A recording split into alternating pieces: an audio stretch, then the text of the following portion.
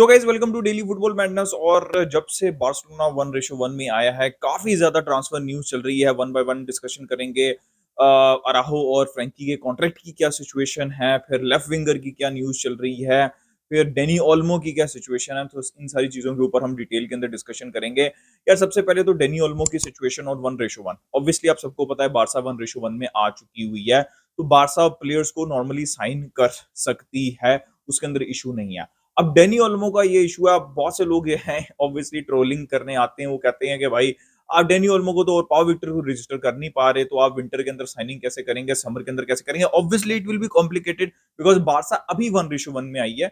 लेकिन वो मसला डिफरेंट है। बारसा अब उनको रजिस्टर कर सकती है, बट डेडलाइन जो है वो क्रॉस हो चुकी है। और अब बारसा को they have to find another solution. As per law they can not register Dani Olmo and Pau Victor now. अब वो कोर्ट के अंदर वो सारी चीजें चल रही हैं। अब वो डिटेल्स जो है वो मुझे नहीं पता कि कौन से कोर्ट के अंदर अब दोबारा जा रहे हैं। बट लालिगा ने और स्पेनिश फुटबॉल फेडरेशन ने जो चीज रिजेक्ट कर दी है कि डेनी ओल्मो रजिस्टर नहीं हो सकते। ऑब्वियसली फ्रस्ट्रेटेड है पाव विक्टर भी और डेनी ओल्मो भी। और इसका क्या सोल्यूशन निकलेगा भाई, मुझे तो कुछ नहीं पता। मैंने आपको लास्ट वीडियो के अंदर कहा था कि एज पर लॉ वो डेडलाइन थी, वो पास हो गई। अब लॉ आपके लिए, सिर्फ आपके लिए तो चेंज नहीं होगा। और अगर आपके लिए चेंज करते हैं तो फिर पूरी लालिगा जो है वो राइटली सो प्रोटेस्ट करेगी। तो डेनी ओल्मो की सिचुएशन भाई मुझे नहीं लग रहा कि रिजॉल्व होने वाली है। हो जाए बहुत अच्छी बात है, लेकिन रिपोर्ट्स ये हैं कि डेनी ओल्मो जून तक भी वेट करने के लिए तैयार है। बस वही बात है एंड के ऊपर जो मैंने आपको कही है कि it was bad planning, it was bad management. और अब प्लेयर के ऊपर डिपेंडेंट है कि वो हमें सपोर्ट करे। और अगर वो जून तक रुक जाता है तो मतलब उसकी मतलब समझ लें कि मेहरबानी होगी। ठीक है। अगर नहीं रुकता तो 200 मिलियन तक का बारसा को नुकसान हो सकता है। और फिर ये 1:1 का कुछ फायदा नहीं होने वाला बार्सिलोना को।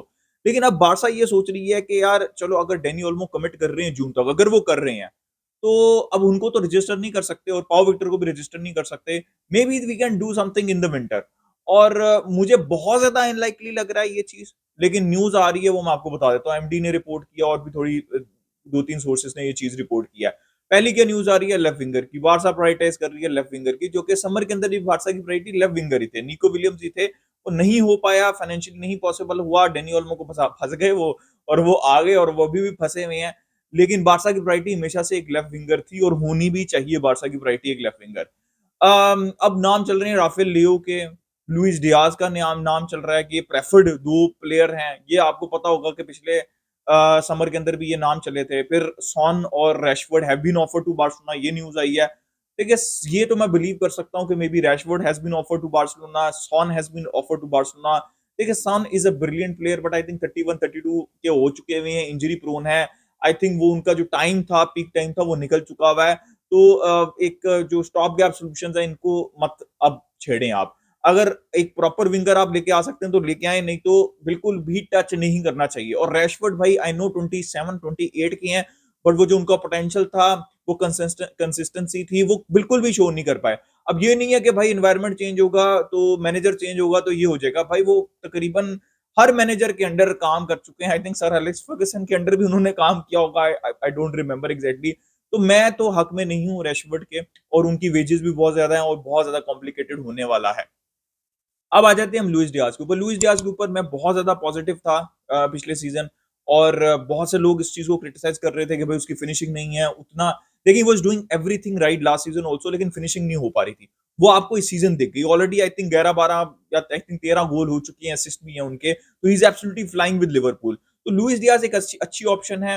अब कितने में वो आएंगे वो एक अलग कहानी है। कभी उनकी पिछले सीजन तक 60-70 चल रही थी प्राइस टैग। अगर आपके पास इतना मार्जिन है और उनको आप रजिस्टर भी कर सकते हैं, तो I would definitely prefer Luis Diaz. लेकिन क्या लिवरपूल विंटर के अंदर, मतलब लिवरपूल ट्रेंट जिसका कॉन्ट्रैक्ट एक्सपायर हो रहा है और वो मतलब टाइटल कंटेंडर्स हैं, वो चैंपियंस लीग कंटेंडर्स हैं, वो मैड्रिड की बिड रिजेक्ट रिजेक्ट कर रहे हैं। वो साला और मतलब उनको ऐसे ही हवा में है वो वर्जेंट वैन और वो चल रहा है उनका कि भाई हम सीजन के एंड पे देखेंगे। तो वो आपको लुइस डियाज विंटर के अंदर कैसे दे देंगे भाई। तो बहुत बहुत अनलाइकली है। और मैं इस न्यूज को उतना ज्यादा ऑथेंटिक, यार चल रही न्यूज ठीक है, लेकिन मुझे लगता है ये पॉसिबल नहीं है।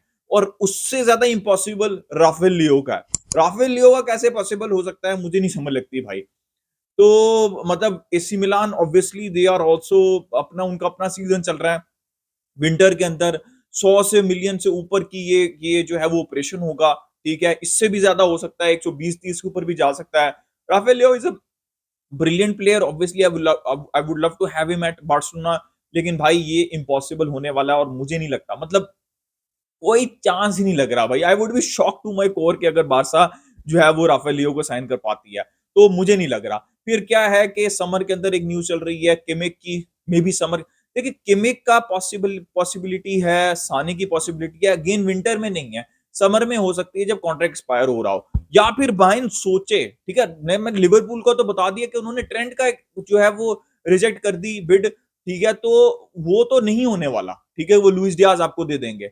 लेकिन बायर्न का भी ऐसा कुछ मुझे समझ लगती है, वो बहुत अनलाइकली है कि वो भी मिड सीजन के अंदर साने और किमिक को उठा के आपको दे दें, ठीक है? तो ये भी पॉसिबल नहीं लग रहा। ये न्यूज़ चल रही है, ये सारी न्यूज़ समर के अंदर हो सकती है depending on Barca financial situation and requirement, लेकिन विंटर के अंदर मुझे नहीं समझ लग रही। फिर जॉन डुरान की न्यूज़ आ रही है कि बारसा, ये ऑथेंटिक न्यूज़ है कि Barca met with the agents of Jhon Duran. अब मुझे ये एक बात नहीं समझ लग रही कि लेवेंडोस्की के होते हुए चलें ठीक है, पावर विक्टर अब अवेलेबल नहीं है, तो आप साइन कर सकते हैं, लेकिन फिर 60-70 मिलियन का ऑपरेशन है, ठीक है? तो क्या बेहतर नहीं है कि आप समर तक वेट करें और आप जो है वो जोनाथन डेविड या फिर और ऑप्शंस को एक्सप्लोर करें, since you are back in 1:1। तो Jhon Duran is a brilliant talent, Aston Villa के लिए खेलते हैं इस दफा अच्छे, मतलब आई थिंक 10 गोल भी हो चुके हुए हैं उनका इन ऑल कॉम्पिटिशंस, तो अच्छा कर रहे हैं वो। लेकिन क्या आप 60-70 मिलियन खर्च करना चाह रहे हैं विंटर के अंदर, specially with Lewandowski there, specially ये लेवेंडोस्की का फ्यूचर पहले डिसाइड होना चाहिए, वो नेक्स्ट सीजन भी मोस्ट लाइकली बारसा में होंगे, अगर मतलब वो खुद चाहेंगे तो वो होंगे, तो बारसा को फोर्स आउट करना पड़ेगा लेवेंडोस्की को। तो ये सारे क्वेश्चन मार्क्स हैं। I don't want Barca to make a panic signing just because they can't register Dani Olmo, ठीक है? ये गलती दोबारा मत करें। अगर आपका मेन टारगेट अवेलेबल है और आपको पता है कि आप साइन कर पाएंगे, तो करें। जैसे रियल मैड्रिड को पता था कि there is a possibility, there is a very good possibility of Trent, तो उन्होंने बिड मार दी। इसी तरह अगर आपको पता है और आपको रिक्वायरमेंट है उस एग्जैक्ट प्लेयर की, ठीक है, आपको पता है रियल मैड्रिड ने फिर समर के अंदर जाना है, तो उन्होंने विंटर के अंदर भी ट्राई कर ली, तो आप ट्राई करें, वरना बिला वजह जो है, जो आपके टारगेट्स नहीं है उनके ऊपर मत जाएं, ठीक है? जो रिक्वायरमेंट नहीं है उनके ऊपर मत जाएं। तो ये तो न्यूज मैंने आपको बता दी जो चल रही है, थोड़ी बहुत ट्रांसफर से रिलेटेड। फिर डैनी ओल्मो की सिचुएशन पे हमने डिस्कशन कर ली। देखिए Frenkie de Jong as of now as per news he is looking more out than in, ठीक है? And this is absolutely fine. मैं तो आपको ये भी कहूंगा, आई नो अभी 2 प्लेयर्स आपके फिर अनरजिस्टर हो गए हैं, आपको चाहिए प्लेयर्स मिडफील्ड के अंदर, लेकिन अगर विंटर में भी फ्रैंकी की अच्छी बिड आती है और अगर फ्रैंकी नहीं मान रहे कॉन्ट्रैक्ट एक्सटेंशन में, तो आप फ्रैंकी को विंटर के अंदर ही भेज दें, समर के अंदर तो 100% जाना ही है। वो गलती मत करिएगा जो लिवरपूल कर रही है अभी। ना ये गलती आपने फ्रैंकी के साथ करनी है और ना ये आपने गलती अराहो के साथ करनी है। मैं अराहो के लिए भी सेम बात कहूंगा, फिर यूवेंटस के भी उनके साथ लिंक आ रहे थे कि अराहो के लिए बड़ी टीम्स आ जाएंगी बड़े आराम से, इवन विंटर में भी आ जाएंगी, ठीक है? तो आप, मेरे बेस्ट पॉसिबल सिचुएशन ये होगी कि ये विंटर के अंदर, इस विंटर ट्रांसफर विंडो के अंदर या तो अराहो और फ्रैंकी डियोंग कॉन्ट्रैक्ट एक्सटेंड करें। अगर नहीं करते तो आप कहें कि भाई ये विंटर ट्रांसफर विंडो की डेडलाइन है, अगर आपने ये कॉन्ट्रैक्ट एक्सटेंड ना किया तो ये कॉन्ट्रैक्ट्स आपकी जो एक्सटेंशंस हैं, ये ऑफर्स हैं, ये एक्सपायर हो जाएंगी। उसके बाद जो भी बिड आएगी हम आपको फोर्स आउट करेंगे, अगर आप नहीं जाएंगे तो हम आपको 1.5 साल बेंच के ऊपर बिठाएंगे, ठीक है? ये एक सिंपल सा सोल्यूशन होना चाहिए इस पॉइंट ऑफ टाइम के ऊपर। और चाहे वो अराहो चाहे वो फ्रैंकी हो, मुझे ऐसा लग रहा है अभी भी कि अराहो एक्सटेंड कर लेंगे, लेकिन मुझे बहुत कम चांसेस लग रहे हैं फ्रैंकी के, बिकॉज उनके और भी इश्यूज हैं, उनकी डेफर्ड सैलरीज हैं, उनकी वैसे भी वेजेस हाई हैं, इस ये वाला सीजन भी उनका अच्छा नहीं जा रहा, तो मुझे फ्रैंकी बाहर दिख रहे हैं इन कंपैरिजन टू अराहो। तो गाइस मोर और लेस ये न्यूज थी, वो मैंने आपको डिटेल में बता दी। अपना opinion they regarding everything in the comment section, like कर दिया, सब्सक्राइब कर दिया। मिलते हैं नेक्स्ट वीडियो में।